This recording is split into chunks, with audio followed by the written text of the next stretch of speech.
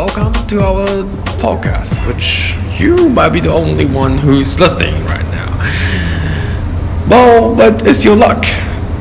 Today here we're gonna reveal you the truth of reality, or the natures of our current time. We're gonna expand our visions toward another dimensions, so-called the cyberspace. And today here, I have invited a few fellow guests, which is an expert and can help you to get a better understanding through our conversations.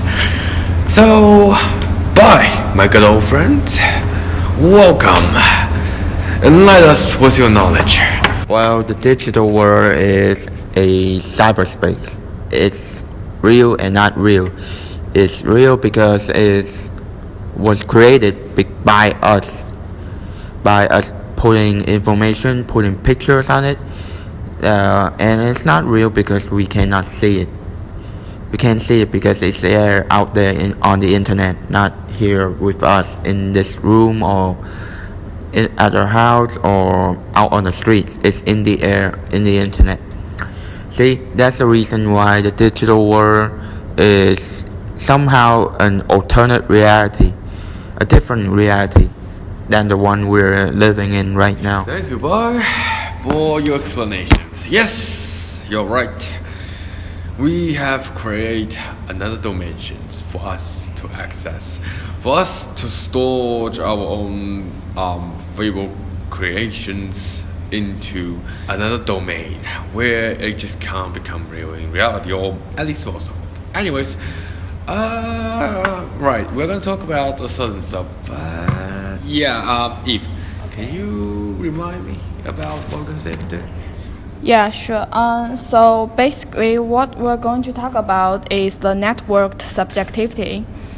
First, the social media. People lose their identities in the network world, which is a serious problem. And then, an even worse problem is that the cyberbullying is a new method that occurred online instead of traditional bullying.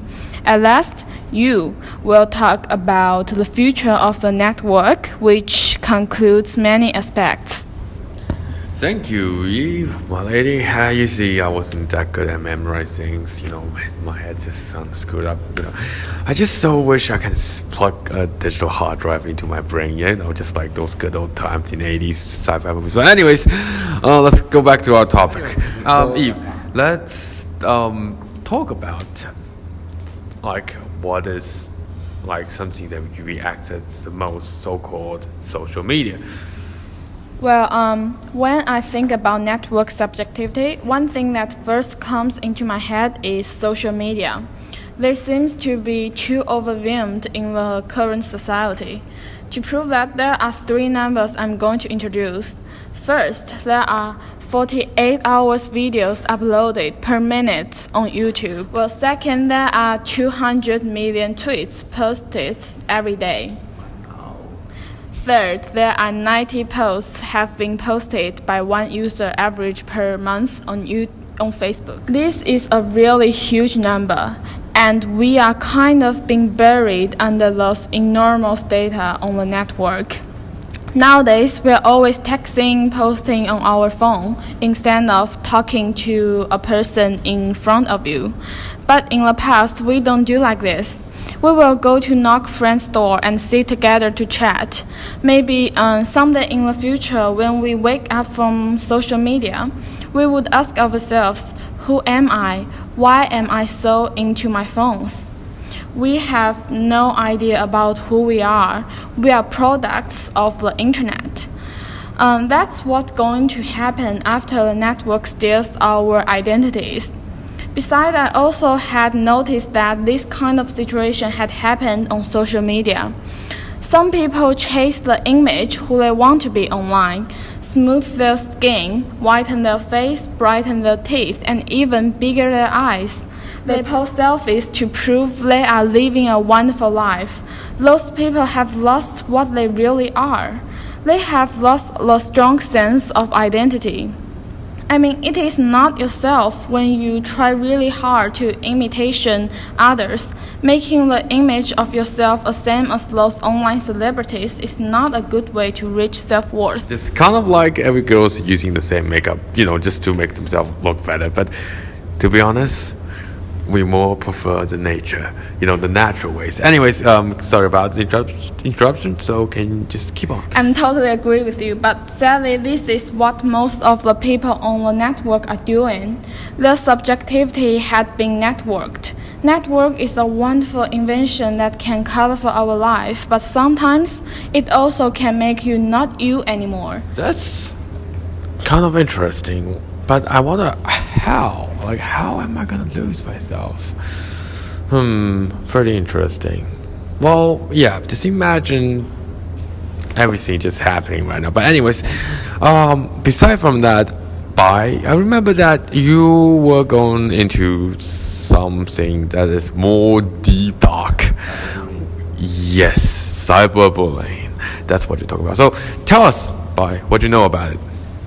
Well, cyberbullying, from what I know, is a combination of the word cyberspace and bullying. It's like this because this type of bullying, unlike traditional bullying, take place on the internet, in the cyberspace instead. So yeah, that's the problem, because with the state of the internet right now, it's really hard to know who's the victim. Oh wait, we actually know the victim, but the problem is we do not know who is a cyberbully. For example, that bully could either be your friends or your brothers or some strangers. Yes, what is it, Yukun? So you're saying that everybody, and I mean anyone, can be a bully, so-called, Yes, that's right. Because you say cyberbullying is, you don't have to be super strong or something. You don't have to be tall, big, a lot of muscle. You just need like 5 seconds video of someone embarrassing moment. And you put it onto YouTube or Facebook, and then boom, that person, the victim, becomes a victim. You become a cyberbully.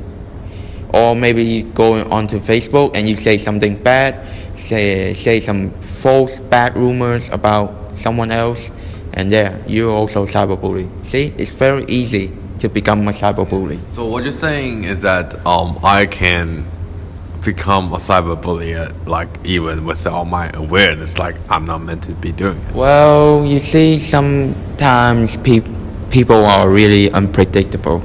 You don't know what they're going to do next. So yeah, that's the problem why cyberbullying is so hard to prevent, because we don't know when it's going to happen.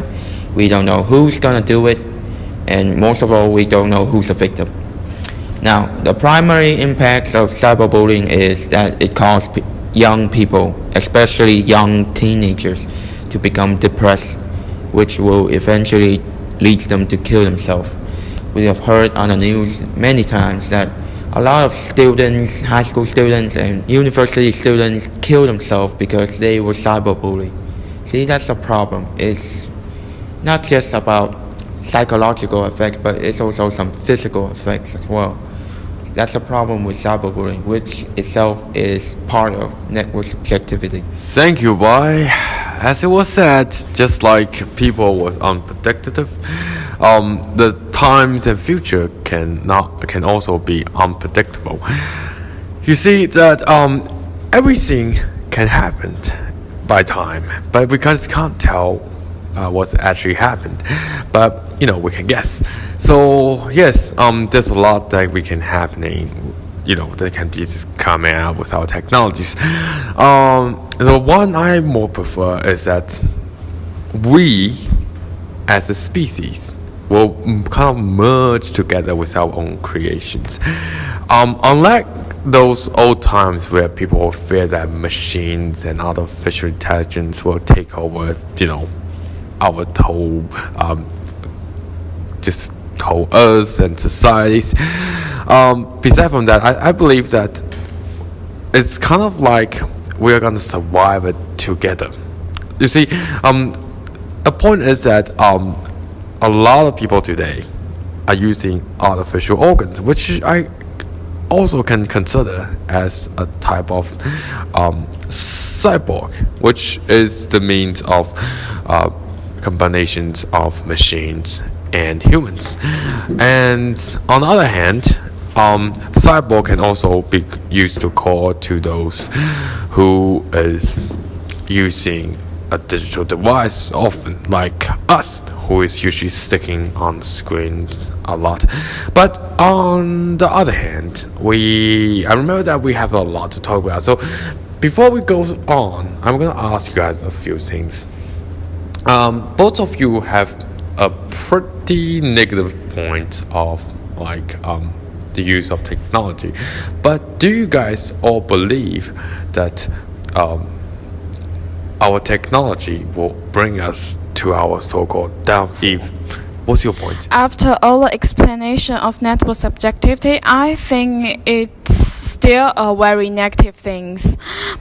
Just like I said, the overwhelmed social media took away people's identity and have identity crisis. And a spy talked about cyberbullying happened on a network every day. The network provides a space for bullies to bully others and made more victims to take the cyberbullying. It is definitely a negative effect of the network.